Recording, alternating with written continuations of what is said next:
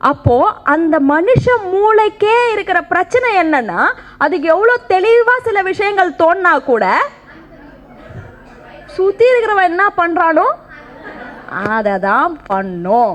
அப்படி பண்ண என்ன ஆகும்னா அங்கேயே நம்ம இருந்துருவோம். மேலே மனிதர்கள் பண்ணுற விஷயத்த நம்ம பண்ண மாட்டோம். நம்ம சுற்றி இருக்கிறவங்க அசுத்தமாக இருக்கிறாங்க. 3 வாரம் முன்னாடி அமெரிக்காவில் இருக்கிற என்ன ஒரு ப்ரோக்ராம்காக கூப்பிட்டாங்க. அவங்களோட குப்பத்தை பார்க்குறேன். குப்பம் ரைட், அவங்களோட ஸ்லம். அந்த ஸ்லம்மில் இருக்கிற அந்த பாத்ரூம் எவ்வளோ க்ளீனாக இருக்குதுன்னா தரையில் சோறு போட்டு சாப்பிட்லாம் மாதிரி இருந்தது. எக்ஸாஜரேட்டே பண்ணல. அவங்க ஊர் பீச்சுக்கு போகிறேன். அந்த பீச்சில் போனால் ஏழைகளும் இருக்காங்க, பணக்காரவங்களும் இருக்கிறாங்க. அந்த பீச்சில் ஒரே ஒரு சாப்பிட்டு போட்ட ஒரு சாக்லேட் பேப்பர் கிடையாது. அதே பெசன்ட் நகர் பீச்சுக்கு வந்தேன். ரைட், அது எப்படி தான் ஜனங்க இருக்காங்கன்னு தெரியல. அவங்க சாப்பிட்ற சாப்பாடு இந்த சோளம் இது அங்கேயே அந்த குழந்தை அதோட ஜட்டியை கழட்டுறாங்க. பக்கத்தில் ஜனங்க குளிச்சிட்டு இருக்குது. போயிட்டு அந்த ஆய் ஜட்டியை அந்த கடல் தண்ணியில் அலசுறாங்க. அங்கே ஒரு மீனவ குடும்பம் அந்த இது இருக்குது. அந்த பின்னாடி போனால் அப்படி ஒரு நாத்தம். அது பக்கத்துலேயே வீடு. ரைட், இப்போது அங்கே இருந்தது மொத்தமே 15 வீடு. அதில் இருக்கிற அந்த இளைஞர்கள் மாத்திரம் என்னடா நம்ம வீடெல்லாம் குப்பைக்கு நடுவில் இருக்குது. நீங்கள் அதை பார்த்தீங்கன்னா தான் புரியும். குப்பைக்கு நடுவில் இருக்குதே. அங்கே விஜய்க்கு ஒரு ரசிகர் மன்றம் வைக்கிறோம், அஜித்துக்கு ஒரு ரசிகர் மன்றம் வைக்கிறோம். இவனுங்கெல்லாம் நம்மளுக்கு என்ன சாப்பாடாக போடுறானுங்க. ஆனால் நம்ம வாழற இடம், அதை சுற்றி இருக்கிற இடத்துல இவ்வளோ குப்பை இருக்குது.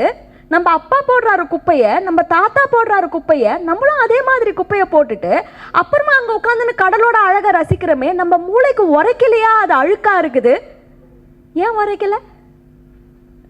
அதே இளைஞர்கள் சென்னையில் ஃப்ளட்டு வந்தப்போ என்ன ஒரு வீரமாக நான் எனக்கு தெரியும் எத்தனை இளைஞர்கள் காசு கூட வாங்காத அவங்கள ஸ்டக்காக இருக்கிறவங்கள ரைட் தூக்கிட்டு போகிறாங்க. அவங்க யாரோ காசு கொடுக்குறாங்க. காசு கொடுக்குறப்ப அந்த பையன் சொல்கிறான், இந்த டைமில் என் தொழில் தர்மத்துக்காக நான் காசு வாங்கினேன்னா அது மகா பாதகம். அதே டைமில் ஒரு பால் கவரை 200 ரூபாய்க்கு விற்ற அயோக்கியன்கள்லாம் இருந்தாங்க. ரைட், மக்களோட தேவையை தெரிஞ்சுக்காத. ஆனால் அதே மீனவ குடும்பத்தில் அதே சின்ன பசங்க அந்த அளவுக்கு ஒரு கிரேட்னஸ் வருதில்ல. அப்போ ஏன் இது கண்ணுக்கு தெரியல? ஏன் நம்ம இடத்த, நம்ம ஊரை நம்ம சுத்தமாக வச்சுக்கணும். நம்ம பீச் இது.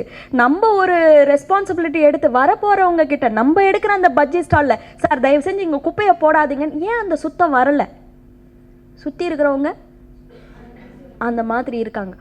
இப்போ ஏன் நான் இதை இவ்வளோ விலாவரியாக சொல்கிறேன்னா, நீங்கள் என்ன வேணாலும் நினச்சிக்கோங்க. ஏழ்மைன்றது வெளியில் இருக்கிற சூழ்நிலை கிடையாது. ஏழ்மைன்றது ஒரு மனப்பாங்கு. நீ பிறக்கிறப்ப ஏழையாக இருக்கலாம், ஆனால் நீ 35 வயசுலேயும் ஏழையாக இருக்கன்னா 21 வயசில் உன் காலில் 2த்துலேயும் நிற்கிறதுக்கான தகுதி உனக்கு வந்துச்சுல்ல, சக்தி உனக்கு வந்துச்சுல்ல. இந்த உலகம் சுற்றிலும் பார்த்தா நிறைய ஆப்பர்ச்சுனிட்டிஸ் இருக்குது. அந்த ஆப்பர்ச்சுனிட்டியை ஏன் உன்னால் எடுத்துக்க முடியல?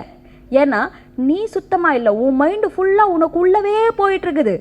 அது வெளியில் உன்னோட வீட்டை பார்க்கல, நீ வாழ்கிற ஊரை பார்க்கல. நீ வெளியில் ஒரு வீட்டில் இருக்கிற, சுற்றிலும் ஃபுல்லாக ஒரே குப்பை கூலமாக இருக்குது. அந்த மாதிரி குப்பையில் இருக்கிற மனுஷனோட மைண்ட் எப்படி நல்லா இருக்கும்? அது சின்ன குழந்தையாக இருந்தாலும் சரி, வயசான தாத்தாவாக இருந்தாலும் சரி, பெண்ணாக இருந்தாலும் சரி, ஆணாக இருந்தாலும் சரி, வாழ்க்கையில் சில விஷயங்கள் தான் நம்ம கைக்குள்ளே இருக்குது. சில விஷயங்கள் நம்ம கண்ட்ரோலில் இருக்குது, சில விஷயங்கள் நம்ம கண்ட்ரோலில் கிடையாது. நீங்கள் காசு சம்பாதிக்கணும் இல்லை சேர்த்து வைக்கணும்னு சொல்லிட்டு ரொம்ப ட்ரை பண்ணலாம், சேர்த்து வைக்கலாம், 10,000 ரூபாய் சேர்த்து வைக்கலாம், அது உங்கள் கையில் இருக்குது. இப்போ அந்த சேர்த்து வச்ச 10,000 ரூபாவை எங்கே போயிட்டு நம்ம இன்வெஸ்ட் பண்ணலாம், இன்னும் எனக்கு வட்டி வரணும் அப்படின்னு சொல்லிட்டு மைண்டு தோணும். ரைட், போயிட்டு ஒரு சிட்டு ஃபண்டில் போடுவீங்க.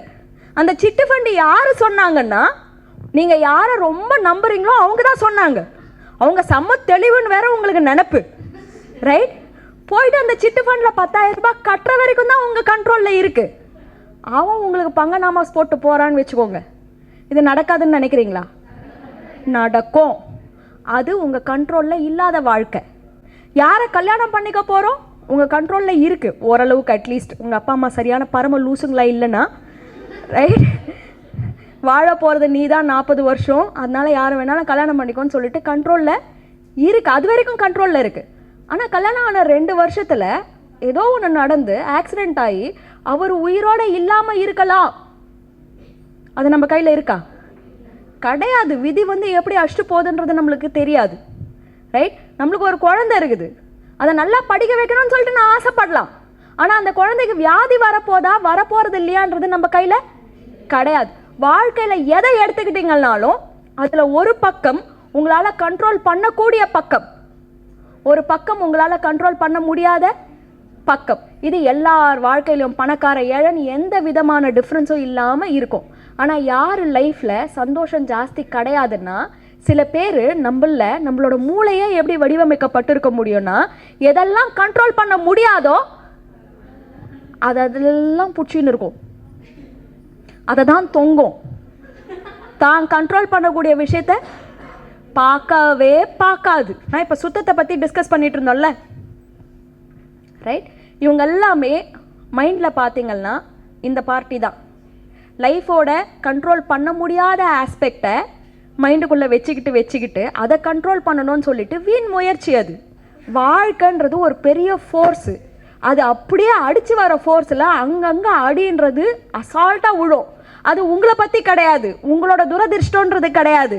கண்ணை திறந்து பார்த்தா மனுஷனாக பிறந்தாலே நீ துரதிர்ஷ்டம் தான். அடி விழும், ரைட்? விழாமல் இருக்காது. ஆனால் யாரெல்லாம் லைஃப்பில் வந்து ரொம்ப ஸ்டக்காக இருக்கிறவங்க யாருன்னா, பொறாமை, டிப்ரெஷன்னு சொல்லுவாங்க, வலின்னு சொல்லுவாங்க, கோபம் சொல்லுவாங்க, கொஞ்சம் கூட சந்தோஷமே இருக்காது. ஏன்? அவங்களால எது கண்ட்ரோல் பண்ண முடியாதோ அதை புரிஞ்சுக்கிற ஞானம் இல்லை, அதையே மாற்றணும்னு சொல்லிட்டு பார்த்துன்னு இருப்பாங்க. எது தன்னால் கண்ட்ரோல் பண்ண முடியுமோ அது மேலே மைண்டே கிடையாது. உன் வீட்டை சுற்றி அடுக்கி வைக்கிறதுன்றது உன் கண்ட்ரோலில் இருக்கிற விஷயம், ரைட்? அங்கே இடத்துல ஒரு தண்ணி டம்ளர் அப்படியே உழுந்துருக்குது, கழுவாமல் உழுந்துருக்குது.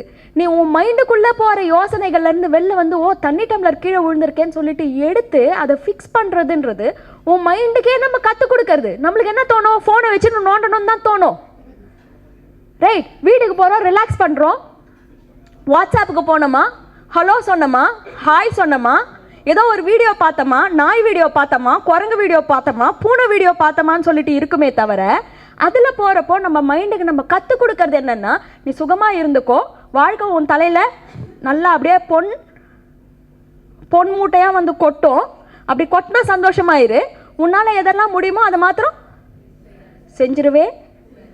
செஞ்சிடாத கூடாது.